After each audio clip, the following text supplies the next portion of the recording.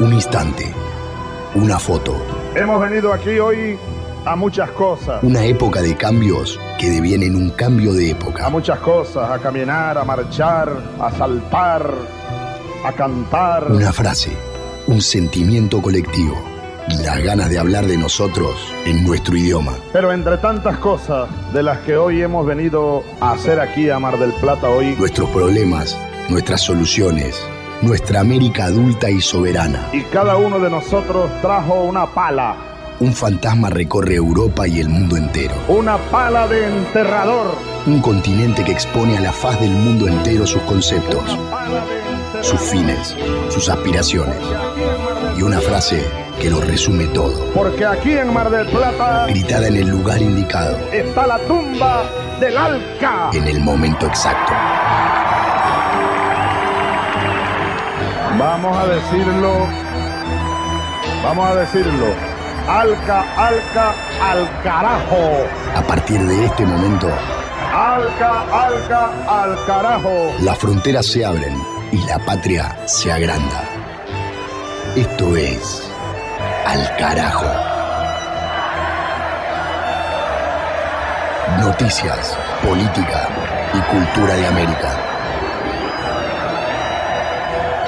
Esto es Al Carajo.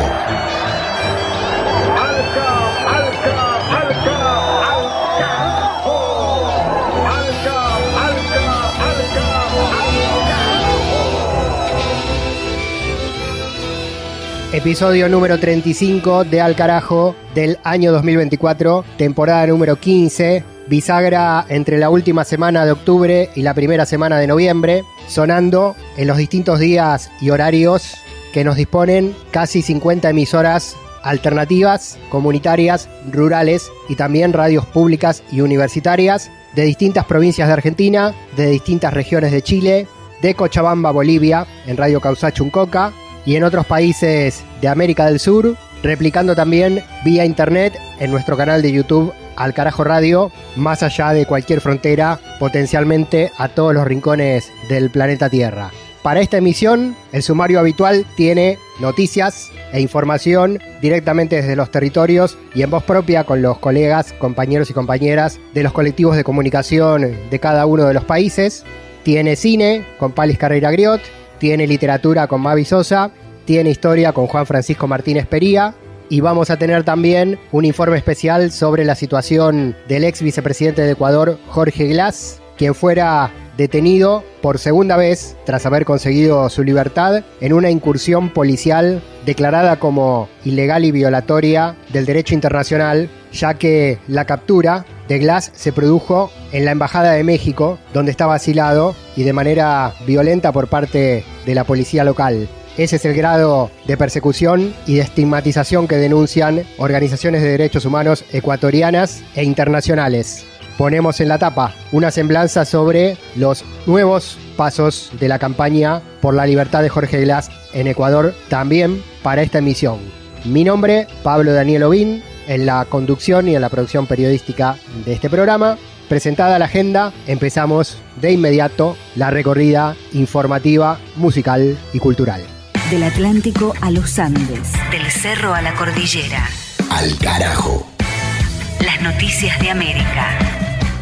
Iniciamos panorama desde la frontera entre República Dominicana y Haití.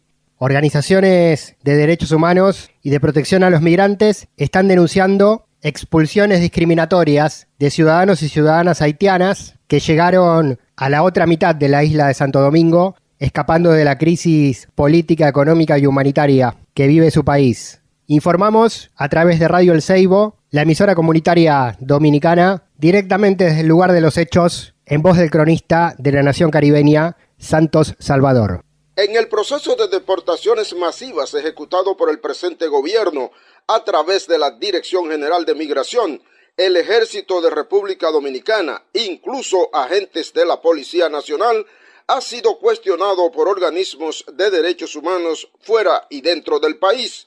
Para Yandy Thomas, representante de Haití ante la Organización de Estados Americanos, OEA, calificó como discriminatoria esas deportaciones. Es una campaña discriminatoria dirigida contra los haitianos por razón de su nacionalidad y del color de su piel. Mientras que representantes de organismos de derechos humanos en el país también cuestionaron el procedimiento utilizado por las autoridades gubernamentales. Hay miles de personas que ya han sido repatriadas y las condiciones de repatriación son indeseables. Sufren extorsiones y violaciones. Algunos de ellos son encarcelados, algunos sin agua, sin alimentos. De inmediato, un funcionario del gobierno negó esas acusaciones y expresó que la inversión del Estado en salud y otras áreas de personas haitianas en la República Dominicana ha sido cuantiosa. El gobierno dominicano, solo el año pasado, las atenciones médicas a inmigrantes haitianos representaron el 9.9% de todos los servicios prestados a través de nuestro sistema sanitario. En lo que va de este proceso de deportaciones hacia Haití, las propias autoridades han informado que se han deportado más de 11,000 personas hacia la vecina nación. Sin embargo, han llovido las denuncias de deportaciones de niños y niñas hacia los puntos fronterizos entre Haití y República Dominicana en las peores condiciones y violando la ley migratoria que establece que hay que agotar el debido proceso y el respeto a los derechos humanos. Desde República Dominicana, reportó Santos Salvador. Al carajo. Una crónica de la región. Vamos a Brasil, donde organizaciones sociales, el Movimiento de los Sin Tierra y sectores del oficialista Partido de los Trabajadores impulsan un paquete de leyes para que se reconozca a los ríos de la Amazonía como sujetos de derecho para protegerlos de los agronegocios, la minería y el extractivismo. Lula no tiene mayorías parlamentarias para responder a estos pedidos. La derecha bolsonarista y sectores de la centro-derecha, aliados incluso al gobierno del actual presidente, bloquean y se oponen. Reporte con Heriberto Sena, colega comunicador social integrante de la Red Panamazónica desde Brasil. En estos días hay una lucha de los movimientos sociales en Brasil para que los ríos sean reconocidos como sujetos de derechos, como ocurre hoy en países vecinos, Ecuador y Bolivia. La lucha por los derechos fluviales llega tarde a Brasil, aún así encuentra enemigos y políticos submisos al agronegócio y la minería. Para estos, los ríos son meros objetos de uso y abuso para generar ganancias. La gran sequía en los ríos de la Amazonía y el Pantanal no sensibiliza a los políticos vinculados a los explotadores de los recursos hídricos. Incluso en estos días en que grandes ríos como el Río Negro y Solimões, entre otros, están secos. Los niveles de agua son más bajos que hace 60 años. Otro gran río, el Tapajós, cuyo nivel de agua está abajo del año pasado, más bajo ainda que el año pasado, como consecuencia de la sequía. El río Madeira, otro río, el segundo más largo de la Amazonía, se ha secado hasta el punto de paralisar los dos grandes centrais hidroeléctricas, Jirau y Santo Antônio, pero los políticos mistos a la agroindustria y la minería intentan impedir la creación de leyes sobre derechos fluviales. Gracias a los esfuerzos de los miembros de la coalición de la sociedad civil por los ríos, se está discutindo en la Cámara Federal un proyecto de ley para la protección de los ríos. Un proyecto de ese tipo corre el riesgo de ser boicotado por el ponente que defiende los ríos al servicio de los exploradores. Sostiene que los ríos deben abrirse para las actividades mineras, la generación de energía hidroeléctrica y la construcción de puertos graneleros para la agroindustria. Por eso, bloquean cualquier intento de proteger el medio ambiente, aunque saben que los impactos de la crisis climática también afectan los ríos, como ocurre hoy en día en la Amazonía. Para proteger la propiedad privada y las ambiciones de los mineros y los exportadores de cereales, Los políticos argumentan que los derechos de la mayoría no pueden prevalecer sobre los derechos del capital. Y así, como los ríos se secan y la naturaleza reacciona, cada día se acerca la catástrofe climática en la Amazonía y en el planeta. Edilberto Sena, da Rede de Notícias da Amazônia, para la Red Panamazónica. De norte a sur, de este a oeste. Al carajo. Un viaje por el continente. Y de vuelta en América Central, la lucha por la salud y por la educación pública. Consignas que se extienden, en realidad, de norte a sur del continente. En Argentina, en Paraguay, en Ecuador, en Panamá y también en El Salvador. Desde este último país, informe de la Marcha Blanca de docentes y trabajadores y trabajadoras de la salud en defensa del presupuesto y de sus derechos laborales. El reporte con las voces de la manifestación en las calles con la colega Mónica Rodríguez de Radio TV Bálsamo de El Salvador. Mi escalafón no se toca y usted tocó el escalafón de los docentes, de los médicos y esta es nuestra respuesta. Así es que únanse a esta causa justa. Vamos, compañeros, salud unida jamás será vencida. El pueblo unido jamás será vencido.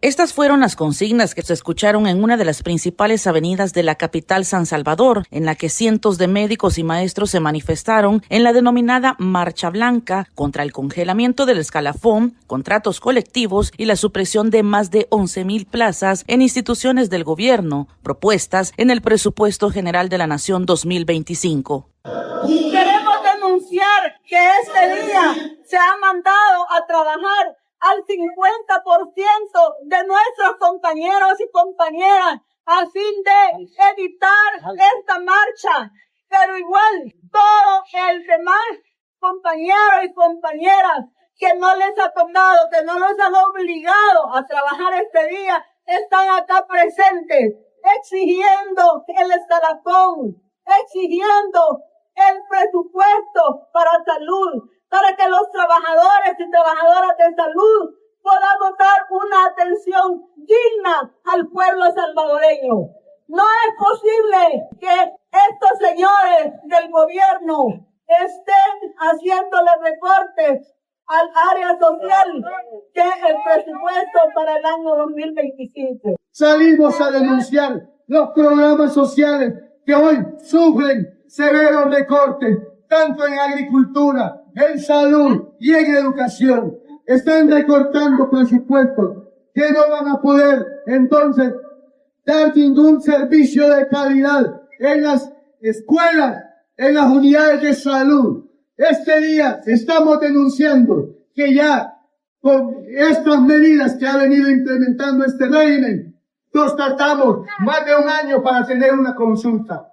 Para el otro año, nos tardaremos más de 2 años porque van a ser despedidos más de 3,000 servidoras y servidores públicos del Ministerio de Salud. Por eso este día nos hemos tomado las calles junto con los buenos maestros del magisterio. ¡Que viva el Frente Magisterial Salvadoreño! En el sector salud, por ejemplo, se presenta una disminución del 7.3%, es decir, 92.2 millones menos en comparación al presupuesto aprobado para 2024. Y en el caso de educación, la disminución es de 31 millones. En cuanto a las plazas, a salud se le recortarían 1.119 plazas y para educación, 781 menos. Los docentes no iban solos en la marcha, iban acompañados de ciudadanos y otros sectores organizados que empatizaron con su lucha. Desde Bálsamo Radio TV en El Salvador informó Mónica Rodríguez. De norte a sur, de este a oeste. Al carajo. Un viaje por el continente.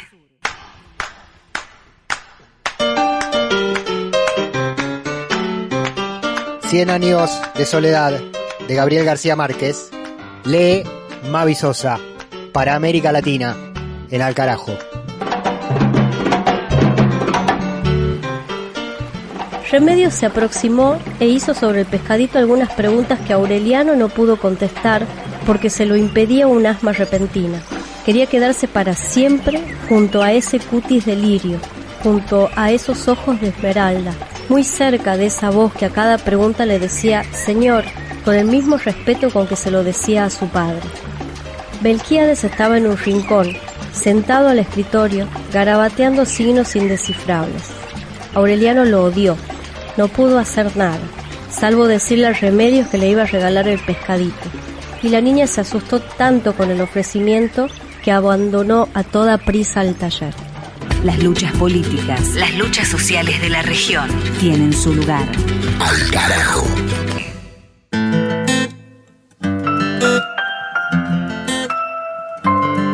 Y seguimos en Al Carajo con noticias, con cultura y también con historia, pensando nuestra región, nuestra América Latina política. Juan Francisco Martínez Pería, para eso, docente de la Universidad Nacional de las Madres de Plaza de Mayo y de la Educación Pública Latinoamericana. ¿Cómo estás, Juan? Bienvenido al programa nuevamente. Hola, Pablo, ¿cómo te va? Un saludo para vos y para toda la audiencia. Una gran alegría estar nuevamente en el programa. Vamos a aplicar hoy algunas metáforas del arte y de la literatura a la construcción de la identidad de América Latina. Sí, vamos a estar charlando un poco sobre cómo se pensó la identidad latinoamericana y que es un poco lo que venimos pensando en las últimas columnas, ¿no? Dándole un poco una hilación y saliéndonos un poco de los ejes que a veces generalmente nos marcan, que es más las efemérides, ¿no? Entonces pensar un poquito más este tema de la identidad, que lo venimos abordando en las últimas columnas. Y como te comentaba fuera del aire, la obra de Shakespeare ha sido muy importante para pensar la identidad latinoamericana, ¿no? Esto puede sonar como algo muy paradójico, un autor británico, un autor europeo, que sin embargo ha tenido una influencia muy muy grande en nuestra región en varios momentos para pensarnos a nosotros mismos y para pensar el fenómeno del colonialismo, del racismo y de la esclavitud. Esto suena paradójico, pero tampoco es tan paradójico si tenemos en cuenta que el eurocentrismo ha hecho que nuestra región esté fuertemente marcada por la influencia europea y que muchas veces usemos, o generalmente usemos, referencias europeas para pensar nuestra región, ¿no? Y que las usemos críticamente de manera original. Básicamente nosotros nos vamos a referir a la historia de cómo fue pensada la identidad latinoamericana y la problemática del colonialismo a partir de la última obra o una de las últimas obras de Shakespeare, que es La Tempestad. Para aquellos y aquellas que están escuchando la columna y no han leído La Tempestad, bueno, los y las invito a que lean La Tempestad. Es una obra muy importante de Shakespeare, escrita en torno a 1614. Y si no tienen ganas de leer la obra, cosa que lamentaría mucho, les recomiendo que vean alguna película. Hay 4 películas basadas en La Tempestad. La Tempestad de Shakespeare es una obra que seguramente ahora en algún teatro se está dando. De hecho, el teatro de Norman Brisky, ¿no?, que hace poco recibió un Martín Fierro a la trayectoria, llama Calibán. Y Calibán es uno de los personajes de La Tempestad. Bueno, yo voy a contar lo mínimo y necesario para entender un poco de qué va la obra y cómo fue releída, ¿no? La obra básicamente cuenta la historia de un muchacho que se llama Próspero, que era un heredero al ducado de Milán, en Italia. Y que esto estamos hablando de en torno más o menos al siglo XVI, XVII. Resulta que el hermano lo termina traicionando y lo expulsa. Lo expulsa y termina cayendo en una isla. En la obra en ningún momento se habla de América o del Caribe, pero todos los intérpretes han entendido que la obra es una metáfora y hace una referencia a la conquista de América. Cosa que estaba ocurriendo en ese momento, ¿no? En el contexto en el cual Shakespeare está escribiendo, es el momento de alguna manera, el comienzo de la conquista británica. Y obviamente ya hay más de 100 años de la conquista española en América. Bueno, Próspero llega a una isla que no sabemos dónde es, pero que se ha interpretado que es en el Caribe, y esa isla estaba habitada por una reina que se llama Sycorax. Próspero mata a Sycorax y esclaviza a su hijo que se llama Calibán. Y Calibán es un anagrama de caníbal. Entonces se ha interpretado que justamente esta obra es una metáfora de alguna manera de la conquista de América y de los indios caribes, que en el imaginario occidental y colonizado y racista los caribes eran caníbales. Como medio mundo eran caníbales según la mirada, ¿no?, eurocéntrica. Recordemos por las dudas que hoy por hoy, por ejemplo, también los grandes medios de comunicación están diciendo que en Haití hay canibalismo, ¿no?, que es la típica mitología que estamos tan acostumbrados a escuchar. Bueno, Próspero coloniza la isla, asesina a Sycorax y esclaviza a Calibán. Y en la obra Calibán aparece como un sujeto bárbaro, salvaje, irracional y como un monstruo. Y Próspero lo esclaviza, o sea que Calibán es la metáfora del sujeto colonizado. Ahora hay algo muy interesante en la obra, que es que Caliban tiene una relación muy compleja con Próspero, de mucho conflicto, ¿está bien? Y que permanentemente se está revelando. Entonces esto también va a ser interesante porque va a ser utilizado, digamos, por autores posteriores, que eso es un poco lo que vamos a hablar en la columna, como una suerte de reivindicación de este sujeto que se revela en contra de Próspero. Próspero claramente representa el sujeto colonizador, Caliban el sujeto colonizado. Y hay algo muy interesante en la obra que Próspero en un momento le dice a Caliban: yo te enseñé a hablar, yo te di la lengua, y de alguna manera, recordemos que el logos, la lengua en el mundo occidental es muy importante, es la racionalidad. Entonces de alguna manera le está diciendo: yo te intenté enseñar a pensar y vos me estás insultando en la lengua que yo te enseñé. Esto es muy importante y después lo voy a retomar. Hay otro personaje que es Ariel, ¿no? La obra tiene sobre todo tres personajes: Próspero, Ariel y Caliban. Ariel es un tipo que trabaja para Próspero y que está en una situación de servidumbre frente a Próspero, pero voluntaria. O sea, no es un esclavo, sino alguien que quiere trabajar para Próspero y que tiene poderes mágicos y poderes espirituales. Bueno, además hay otro personaje que es Miranda, que es la hija de Próspero. Y hay algo interesante también acá, que en toda la obra Caliban se intenta propasar sexualmente con Miranda. Y esto es interesante porque da cuenta de todo el imaginario del esclavo queriendo violar a la blanca, típico imaginario racista, colonial, ¿no? Que por ejemplo en la Argentina también ha existido con la obra de Esteban Echeverría, La cautiva, ¿no? Los pueblos originarios, el malón robando a la blanca. Bueno, la obra está cargada de un montón de simbolismo, pero básicamente lo que ocurre es que en un momento viene un agente de Milán que pasa cerca de la isla y Próspero le pide a Ariel que haga una tempestad para que esta gente naufrague en la isla y él pueda de alguna manera, a través de una rosca medio política, recuperar su ducado. Yo no voy a contarle a la audiencia cómo termina esto porque quiero que la lean y siempre invito a que la lean, pero bueno, ahí les dejo los personajes principales. Bueno, esta obra, vaya a saber muy bien, no sabemos muy bien por qué, a fines del siglo XIX empezó a ser usada en América Latina para pensar nuestra identidad. Como te decía antes, Pablo, obviamente esto se explica porque, bueno, la enorme influencia de Shakespeare, la influencia cultural europea en América Latina, pero realmente es bastante raro entender por qué. Pero bueno, efectivamente a fines del siglo XIX es utilizada para pensar, sobre todo, Pablo, la relación entre América Latina y Estados Unidos.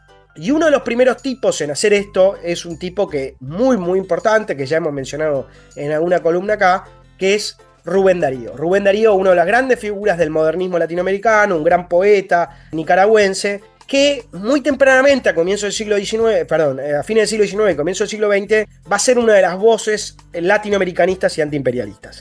Y él, en 1898, va a tener una mirada muy crítica de la invasión de Estados Unidos a Cuba y de cómo Estados Unidos se va a quedar con Puerto Rico, con Cuba, con Filipinas y con Guam.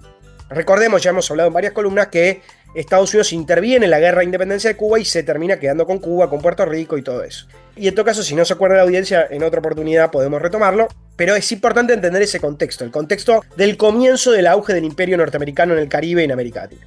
Y ahí Rubén Darío da un discurso que después fue publicado como un texto que pueden encontrar en internet, que se llama El triunfo de Caliban. Y ese texto es uno de los primeros donde se empieza a repensar la relación entre América Latina y Estados Unidos y empieza a usarse la metáfora de Caliban y todo esto que yo le estoy contando. El texto El triunfo de Caliban identifica a Estados Unidos con Caliban.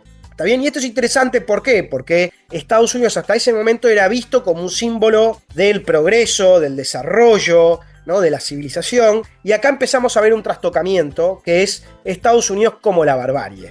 Y en la obra de Shakespeare, la barbarie es representada por Caliban. ¿Está bien? Ahora, ¿qué tipo de barbarie es la yankee? Es una barbarie de la violencia imperialista, pero además, sobre todo, es una barbarie tecnocrática, materialista. Es la barbarie de Trump, de la guita por la guita, del McDonald's. Ese es el imaginario que él construye con un montón de metáforas, ¿no? Es un poeta y él habla ahí con un montón de metáforas, él habla de mastodontes de dientes de plata. Él dice, los yanquis lo único que hacen es comer panceta, comer tocino, tomar whisky y contar la plata que tienen en la cuenta bancaria, ¿no? Entonces él construye toda una idea de barbarie asociada a esa tecnocracia y ese hipermaterialismo, ¿no? Ahí ocurre algo muy interesante, que es esta identificación entre Estados Unidos y Caliban. La otra cosa que es muy interesante y que va a ser parte del imaginario de esa época, es una relectura de la relación con España, tema con el que hemos hablado también en columnas anteriores, y empieza a revalorizarse la relación con España, porque España ahora pierde su imperio en América, y entonces empieza a verse como que hay como dos Españas, ¿no? Una España conservadora, absolutista, pesada y negativa, católica, y otra España que es una España liberal, humanista, ¿no? Que es la España de Cervantes, la España del Cid Campeador, ¿no? La España de Loyola. Y él en este discurso que él da en un momento, se habla retóricamente, dice, pero vos estás defendiendo a España, y dice, sí, yo la España que defiendo no es toda la España atrasada, sino esta España, ¿no? La España liberal, bla, bla. Y él dice, ahora que España ha caído, yo la defiendo. Y eso es interesante porque ahí hay una recuperación del legado español. Ahora, este texto tiene un montón de tensiones. ¿Por qué? Porque es fuertemente anti-yanqui, pero es bastante eurocéntrico. ¿Por qué? Porque identifica a nuestra región con Roma, ¿no? Él dice, los pueblos que han bebido de la leche de la loba, ¿no? De la loba que amamantó a Rómulo y Remo. Él dice que nosotros somos herederos de España, pero también de Francia. Entonces ahí hay todo un imaginario latinista en contra de Estados Unidos, pero lo que quería subrayar acá es cómo se utiliza a Calibán para identificar a Estados Unidos. Ahora, poco tiempo después, Pablo, hay un texto que generó un boom en América Latina en ese momento, que fue el Ariel de Rodó. José Enrique Rodó fue un intelectual uruguayo que escribió un libro breve, siendo muy joven, un libro que es muy interesante, Pablo, porque vos lo lees hoy y es muy barroco, no entendés muy bien de qué va, pero que en ese momento generó un boom entre los estudiantes y intelectuales de América Latina, y ahí él retoma esta idea de Estados Unidos, es Calibán, pero empieza a plantear más claramente la idea de que América Latina es Ariel, que justamente la gran diferencia entre Estados Unidos y América Latina es una diferencia cultural,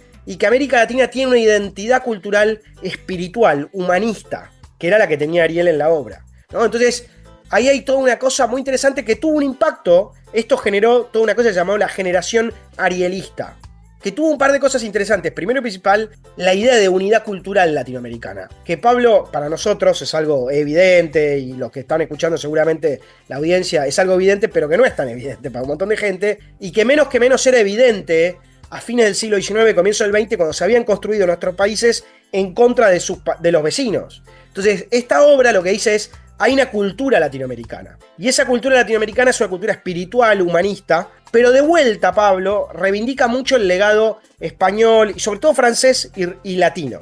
Ahora, con el tiempo, y sin entrar en un montón de detalles, hubo nuevas relecturas de esta obra, y sobre todo yo me quiero referir a dos. Una muy importante que la hizo nada más y nada menos que Roberto Fernández Retamar, que fue una gran figura intelectual, poeta, filósofo, y ensayista, director de Casa de las Américas de Cuba, ¿no? Con el auge de la Revolución Cubana, él escribe un texto que se llama Calibán, y donde él relee nuestra identidad diciendo, nosotros no somos Ariel. ¿Quiénes somos en realidad? Somos Calibán, ¿no? Y ahí hay toda una relectura de quién es Calibán y cuál es nuestro rol en la historia, y lo que él dice, nosotros somos ese bárbaro, esclavizado, colonizado, que se rebela, ¿está bien? Y que toma la lengua del amo para rebelarse, ¿no? Y él dice, a nosotros nos han querido enchufar el catolicismo y armamos la teología de la liberación, ¿no? Nosotros nos han querido enchufar, no sé, toda la cultura española, la cultura norteamericana, y nosotros la retomamos, la resignificamos y nos rebelamos, ¿no? Entonces, justamente Roberto Fernández Retamar va a identificar a América Latina con Calibán en vez de Ariel, y yo les recomiendo muchísimo que lean esta obra porque es fantástica.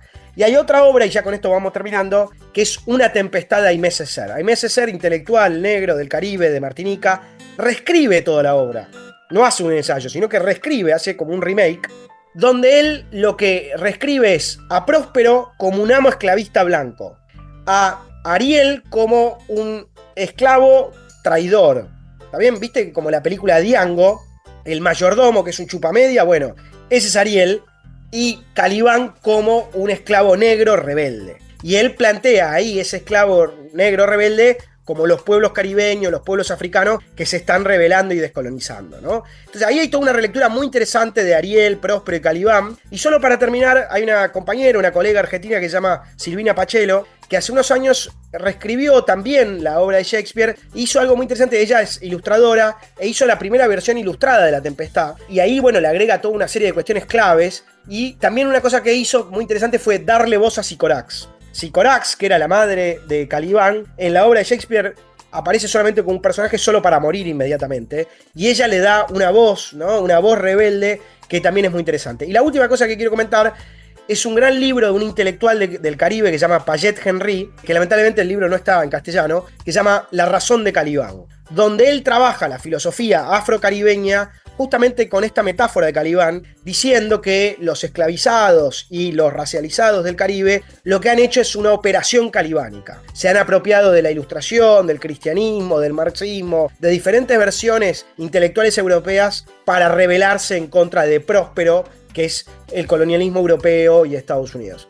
Y bueno, como te comentaba un poco, es infinita, digamos, ¿no? La saga, ¿no?, de reelaboraciones de esta obra de Shakespeare, que a priori no tiene mucho que ver con nuestra región, pero que ha dado fruto a muchas metáforas y muchas relecturas identitarias.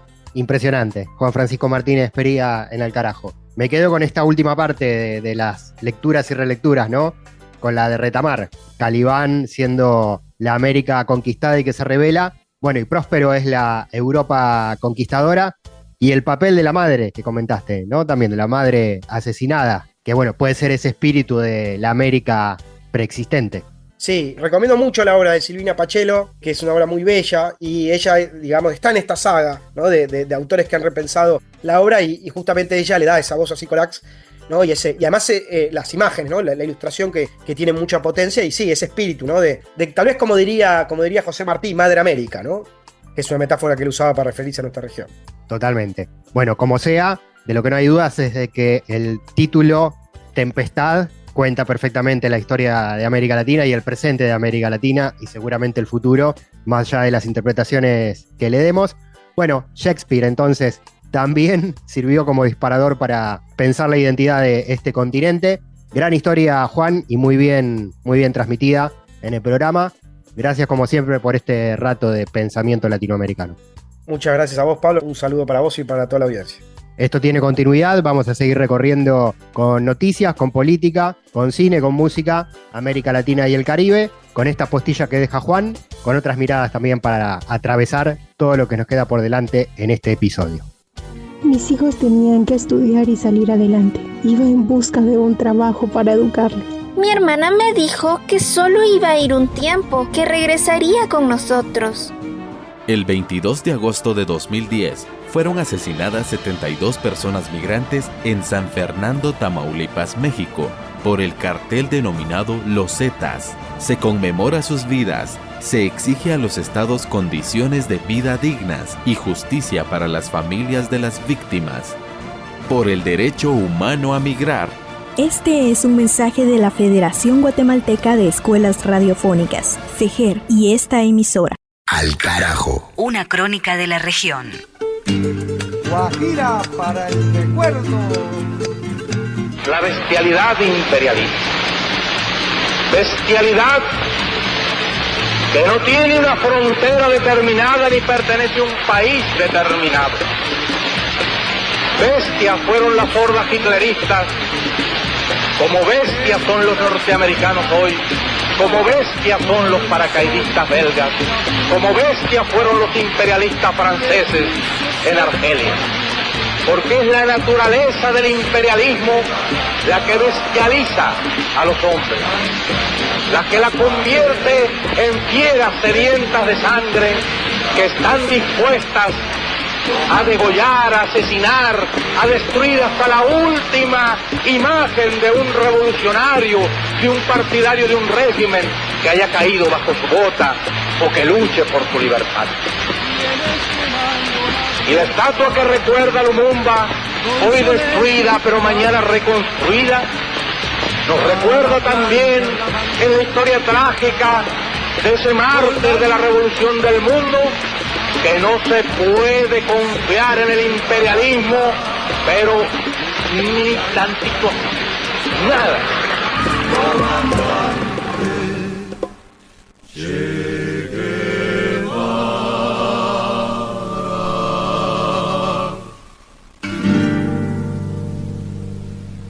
Vamos a mencionar y a saludar a algunos y algunas oyentes de nuestro programa en distintos puntos del continente que nos siguen en las plataformas y en las radios de aire donde Al Carajo se transmite durante la semana y el fin de semana.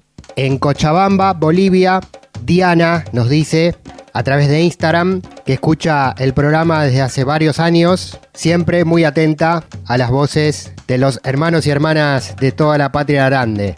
También saludamos a Paz Mourente Solís en Argentina, que nos dice que celebra y recomienda muchísimo el programa, que le ayuda a mantenerse muy informada sobre la región y que es fan de las columnas de historia de Juan Francisco Martínez Pería, quien estuvo hace instantes también en este episodio número 35 del 2024.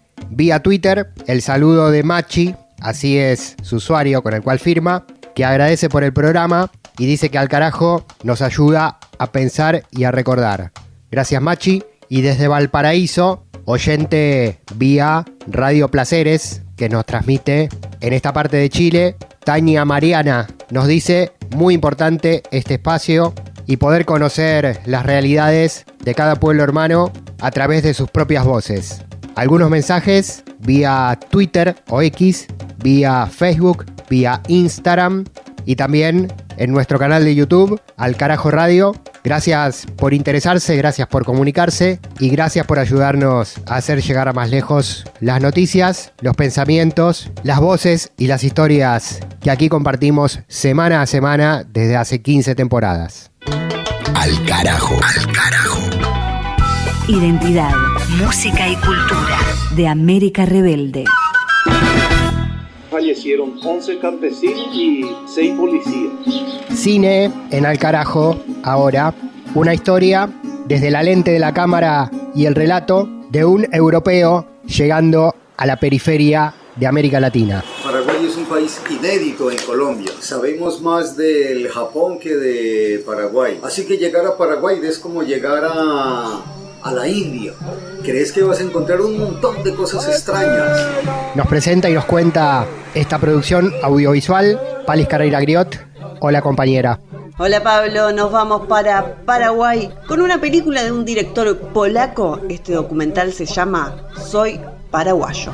Nosotros necesitamos más tierra para estar tranquilos, para tener gallinas y chanchos y vaca. El documental del director polaco Wojciech Garczarek describe por medio de entrevistas la diversidad de Paraguay, un país que es habitado por distintos grupos étnicos, entre los que se incluyen a los pueblos indígenas, a menonitas, a inmigrantes europeos y brasileños, entre un montón de personas más. Hay demasiada coincidencia desde la época de que se empezó a usar masivamente los distintos tipos de agrotóxicos. También se empezó a mermar la producción de la naranja y muchas otras frutas. Desde la vista de este director polaco, quien durante 2 años viajó en bicicleta recorriendo las diferentes zonas y recogió estas historias personales de 32 hombres y mujeres, principalmente de zonas rurales, en donde vamos a poder ver este abanico de la realidad paraguaya en la actualidad. Bueno, yo soy Javier Molas y vivo en Asunción. Soy Luz Gerbandic, nací en Encarnación, vivo en Huaynao, Colonias Unidas. Mi nombre es Tadeonita, vivo la vaca. Fue un impulso de los menonitas cuando llegaron aquí. Mi familia legalmente, mi papá vino de Brasil, pero mis abuelos vinieron de Alemania. Mis abuelos eran ahí. Papá vino con 20 años a Paraguay. Soy Paraguayo tiene una muestra de algunos de los problemas del país, como por ejemplo la distribución desigual de las tierras, la deforestación, el uso de agroquímicos en el cultivo de soja, gente que está a favor, gente que está en contra, y además las diferentes culturas, las diferentes maneras de pensar, las diferentes maneras de ver el Paraguay y de ver lo que sucede en el país. Hola, mi nombre es Sergio Martínez.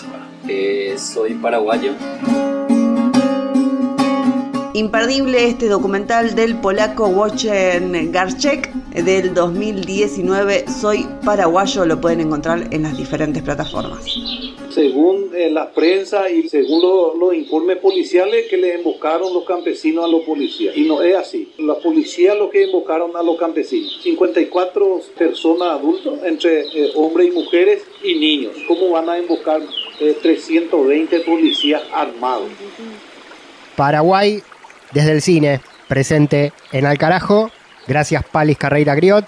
Ahora nos vamos a otro punto del continente con más información. Ni tratados de libre expoliación, ni tratados como incapaces. Al carajo.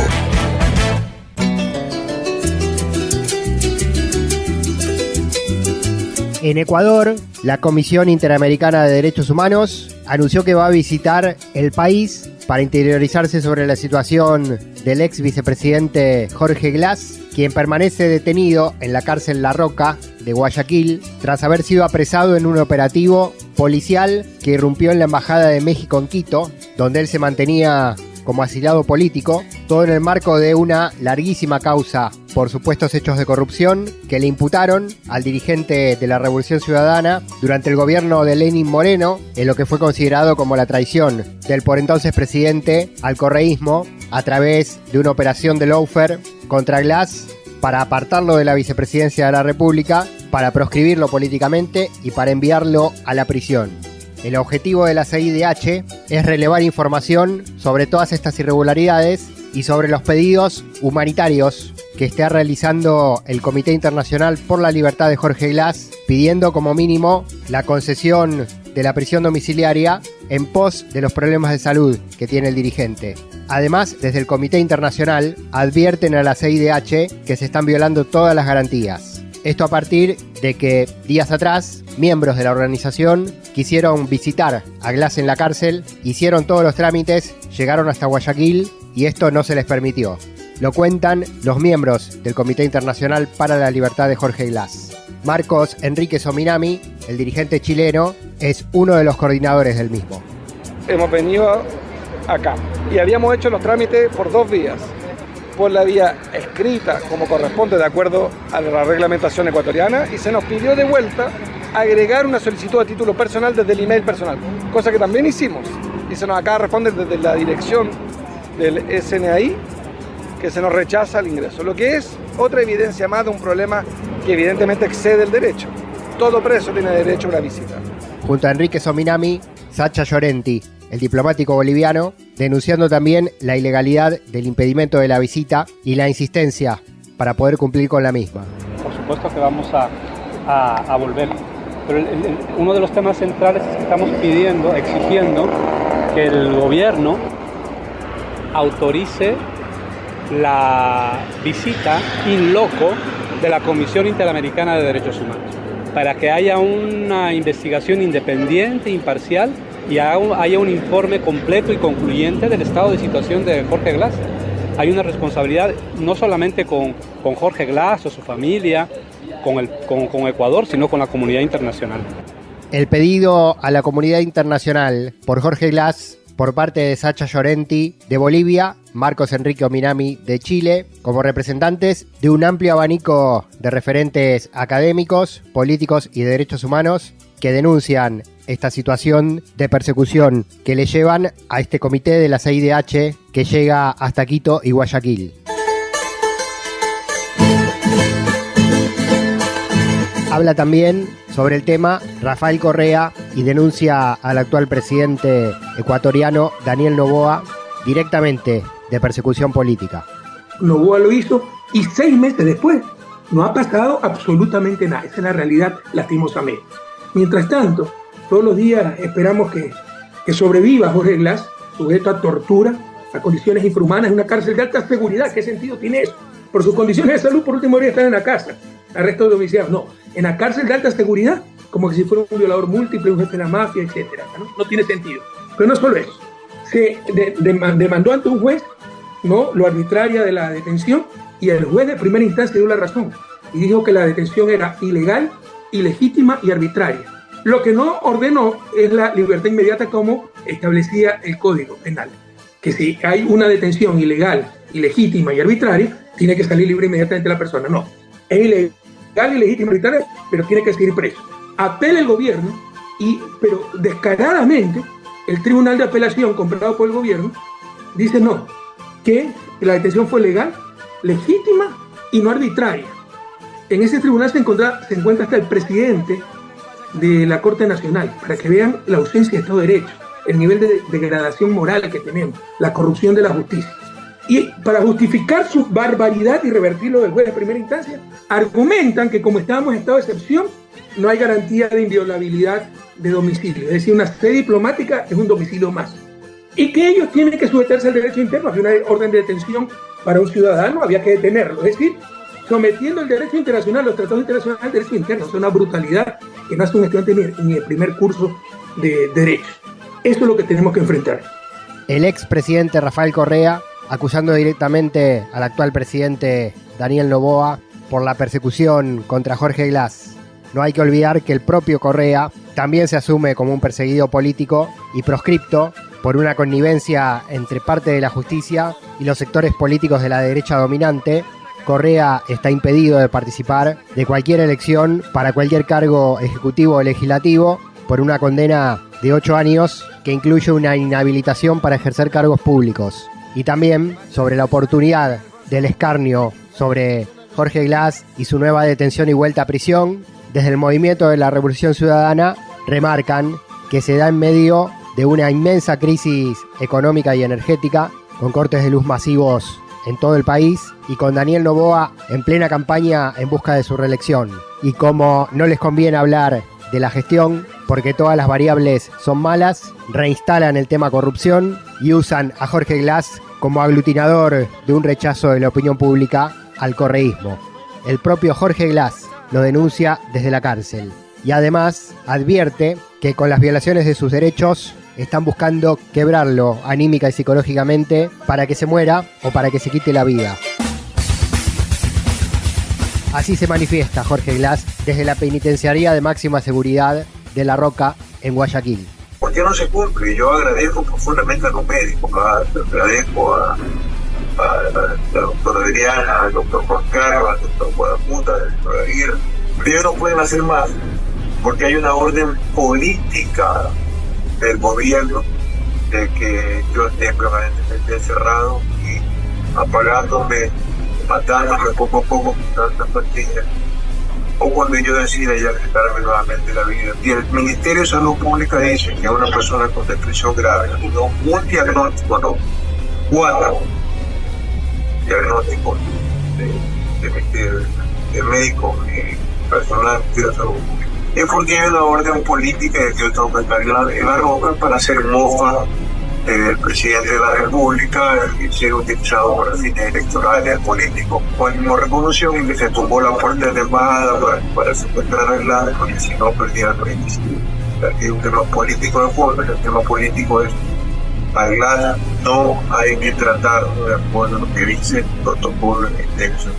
A la espera de la intervención de la Comisión Interamericana de Derechos Humanos sobre este gravísimo caso de persecución política judicial contra Jorge Glass en Ecuador, tal cual lo denuncian sus partidarios y las organizaciones de derechos humanos de todo el continente, hay una campaña nacional, regional y global por Jorge Glass, que tiene apoyos, entre otros, de Julian Assange, el liberado fundador de Wikileaks, del Grupo de Puebla, integrado por expresidentes y dirigentes progresistas de América Latina y de Europa, y de una variedad de referentes que están realizando acciones callejeras y en las redes sociales. Parte de esa campaña es visibilizar el reclamo de la madre del preso Jorge Glass, Norma Espinel, que en una de sus últimas apariciones le reclama a la fiscal que lleva adelante las medidas contra su hijo y le pide como mujer, desde el sentido humanitario, simplemente que respete los derechos del ex vicepresidente de Ecuador. Jorge Glass es inocente y liberen a Jorge Glass son las consignas de esta campaña local e internacional. A la señora Salazar, que como mujer, que las mujeres somos más sensibles que los varones, que ella también es madre. Hay algo, los derechos humanos, que se respeta al ser humano, perdóneme la redundancia. Usted sabe que mi hijo es inocente como todo el mundo lo sabe. Yo le pido, piénselo, medítelo. No quisiera que a usted le pasara lo mismo que a mi hijo. Mi hijo es inocente, no le han probado absolutamente nada. Todo ha sido invento y aún así las leyes se han hecho a lo de cada persona que ha querido hacerle daño. Usted lo sabe. Usted, señora, lo sabe. Por favor, una madre se lo pide. Actúe. Actúe usted. Yo el otro día oí que usted nombró a Dios. En nombre de Dios se lo pido. Libertad para Jorge Glass, el hashtag de la campaña internacional en defensa del ex vicepresidente ecuatoriano y el pedido a la Comisión Interamericana de Derechos Humanos que intervenga en el caso para garantizar sus derechos. De norte a sur, de este a oeste. Al carajo. Un viaje por el continente. Julio. Caldo de colita de res. Ingredientes: 2 colitas de res, 1 cebolla, 2 dientes de ajo, 4 jitomates, 1/4 kilo de ejotes, 2 papas, 4 chiles moritas. Manera de hacerse: las colitas partidas se ponen a cocer con un trozo de cebolla, un diente de ajo, sal y pimienta al gusto. Es conveniente poner un poco más de agua de la que normalmente se utiliza para un cocido, teniendo en cuenta que vamos a preparar un caldo, y un buen caldo que se respete tiene que ser caldoso, sin caer en lo aguado. Los caldos pueden curar cualquier enfermedad física o mental. Bueno, al menos esa era la creencia de Chencha, y Tita, que por mucho tiempo no le había dado crédito suficiente, ahora no podía menos que aceptarla como cierta. Hacía 3 meses, al probar una cucharada del caldo que Chencha le preparó y le llevó a la casa del doctor John Brown, Tita había recobrado toda su cordura. Estaba recargada en el cristal, viendo a través de la ventana a Alex, el hijo de John, en el patio, corriendo tras las palomas. Escuchó los pasos de John subiendo las escaleras. Esperaba con ansia su acostumbrada visita. Las palabras de John eran su único enlace con el mundo. Si pudiera hablar y decirle lo importante que era para ella su presencia y su plática, si pudiera bajar y besar a Alex como al hijo que no tenía y jugar con él hasta el cansancio, si pudiera recordar cómo cocinar tan siquiera un par de huevos, si pudiera gozar de un platillo cualquiera que fuera, si pudiera volver a la vida. Un olor que percibió la sacudió. Era un olor ajeno a esta casa. John abrió la puerta y apareció con una charola en las manos y un plato con caldo de colita de res. Un caldo de colita de res. No podía creerlo. Tras John entró Chencha, bañada en lágrimas.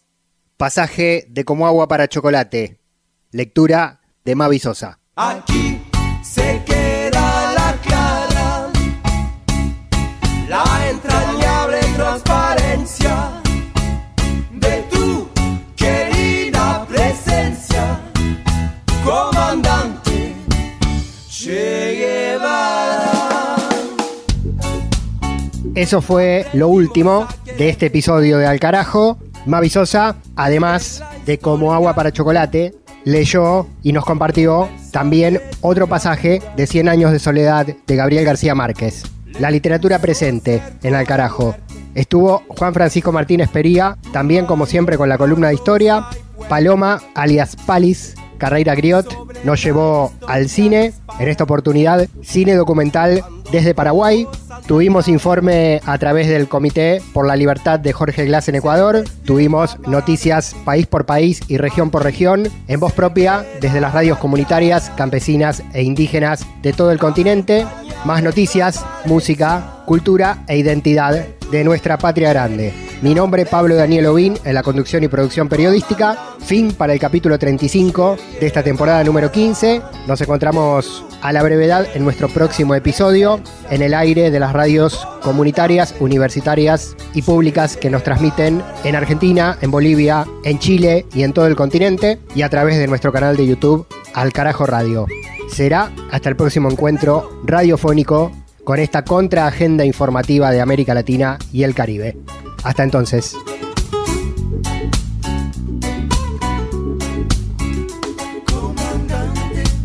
Vienes quemando la brisa, comandante, con soles de primavera, comandante, para plantar la bandera, comandante, con la luz de tu sonrisa, tu amor revolucionario te conduce a nueva empresa, donde espera la firmeza de tu brazo libertario. Aquí se queda la clara, la entrañable transparencia de tu querida presencia, comandante Che Guevara, de tu querida presencia, comandante Che Guevara.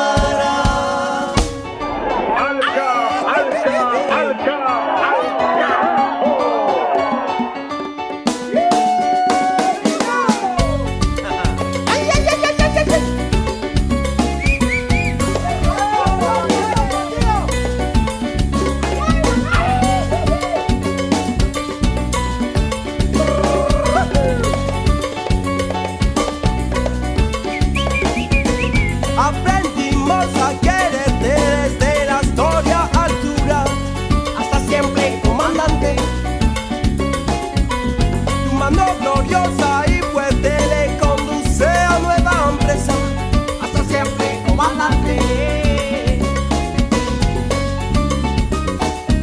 Che Guevara, Che Guevara, Che Guevara, Che Guevara.